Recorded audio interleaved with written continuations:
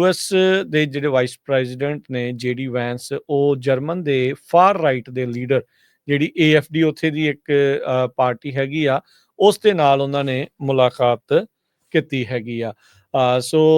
ਇਹ ਕਹਿੰਦੇ ਵੀ ਜਿਹੜੇ ਫਾਰ ਰਾਈਟ ਲੀਡਰ ਦੇ ਨਾਲ ਮੁਲਾਕਾਤ ਕਰਦੇ ਹੋਏ ਜਿਹੜੀਆਂ ਫਾਇਰਵਾਲਸ ਆ ਯੂਰਪ ਦੇ ਵਿੱਚ, ਉਹਨਾਂ ਨੂੰ ਇਹਨਾਂ ਨੇ ਕ੍ਰਿਟੀਸਾਈਜ਼ ਕੀਤਾ ਹੈਗਾ ਆ। ਸਵੇਰੇ ਵੀ ਆਪਾਂ ਜਿੱਦਾਂ ਦੱਸ ਰਹੇ ਸੀਗੇ, ਮਿਊਨਿਕ ਦੇ ਵਿੱਚ ਜਿਹੜੀ ਗੱਲਬਾਤ ਕਰਦੇ ਹੋਏ ਸਿਕਿਉਰਿਟੀ ਜਿਹੜੀ ਕਾਨਫਰੰਸ ਹੋਈ ਆ, ਉਸ ਦੇ ਵਿੱਚ ਜਿਹੜੇ ਵਾਈਸ ਪ੍ਰੈਜ਼ੀਡੈਂਟ JD ਵੈਂਸ ਆ, ਉਹਨਾਂ ਨੇ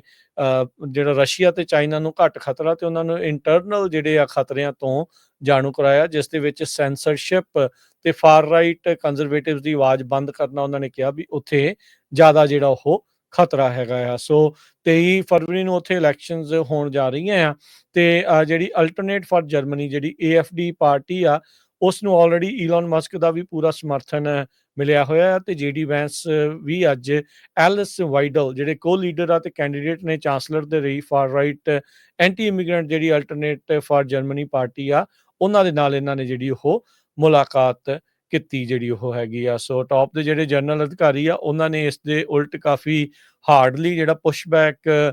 ਕੀਤਾ ਹੈਗਾ ਆ ਵੈਂਸ ਦੀਆਂ ਜਿਹੜੀਆਂ ਕੰਪਲੇਂਟਸ ਆ, ਉਹਨਾਂ ਨੂੰ ਜਿਹੜਾ ਉਹ ਲੈ ਕੇ, ਤੇ ਜਿਹੜੀ ਡੈਮੋਕ੍ਰੇਸੀ ਦੀ ਹਾਲਤ ਆ ਉਸ ਦੇ ਉੱਤੇ ਜਿਹੜੀ JD ਵੈਂਸ ਦੀ ਟਿੱਪਣੀ ਸੀ, ਉਹਨਾਂ ਦੇ ਉਲਟ ਜਿਹੜੇ ਉਹ ਬੋਲੇ, ਕਹਿੰਦੇ ਵੀ ਸਾਡੇ ਬਿਲਕੁਲ ਠੀਕ ਜਿਹੜਾ ਉਹ ਚੱਲ ਰਿਹਾ ਆ। ਤੇ ਉਹਨਾਂ ਨੇ ਕਿਹਾ ਵੀ ਜਿਹੜਾ ਤੁਸੀਂ ਸਾਡੀ ਸਰਕਾਰ ਨੂੰ ਅਥੋਰੀਟੇਰੀਅਨ ਗਵਰਨਮੈਂਟ ਦੇ ਨਾਲ